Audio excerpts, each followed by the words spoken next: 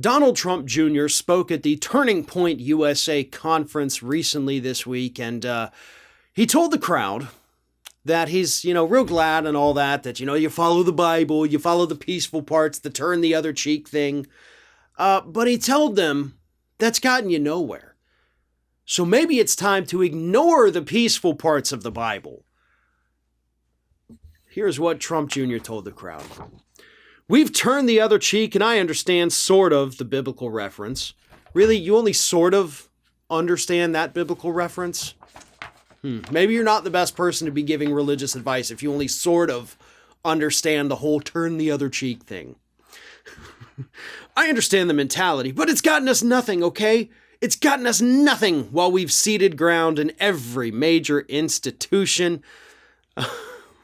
If we band together, we can take on these institutions. That's where we've gone wrong for a long time. They cannot cancel us all. This will be contrary to a lot of our beliefs because I'd love not to have to participate in cancel culture. I'd love that it didn't exist, but as long as it does, folks, we better be playing the same game. Okay, let's put aside for a moment the fact that none of that even makes sense together, okay? You went down a lot of different roads, none of which had any real destination. Let's talk about the Bible part. We've tried to turn the other cheek. First of all, no, you haven't, Republican Party. You've always ignored the peaceful parts of the Bible. You've always ignored the love thy neighbor, the help the poor, to clothe the naked, to feed the hungry, to heal the sick. You have ignored that literally forever. So no, you have not followed the peaceful parts of the Bible. In fact, you guys don't follow any parts of the Bible. You don't do any of that.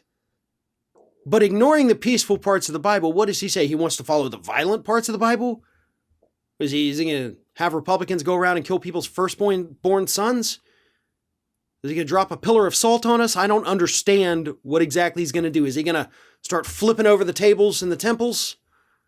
Doesn't quite make sense. And of course, then he goes on to cancel culture. Oh, because it's not a real thing. Republicans think it's a thing. They're the ones who engage in it. But he knows it gets people riled up.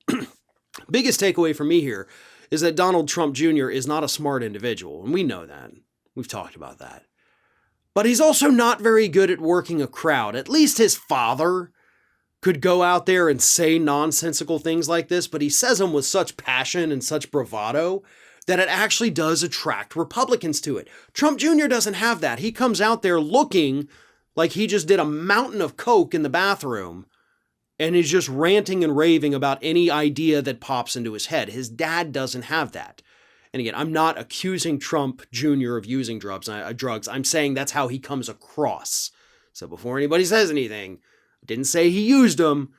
Just said that's how he comes across with his frantic way of speaking and his jumping from issue to issue. We've seen things like that before throughout our lives. I'm sure a lot of us have. But either way, Trump Jr., I don't believe is a political threat. He's not smart enough. He's not good enough. He doesn't have that charisma. He just doesn't have the same appeal that his father does. And that appeal that his dad does have is the only thing that made him president. So lacking that, and of course being dumb as dirt, Trump Jr. is not a political threat anywhere in the future because he's just not good at it.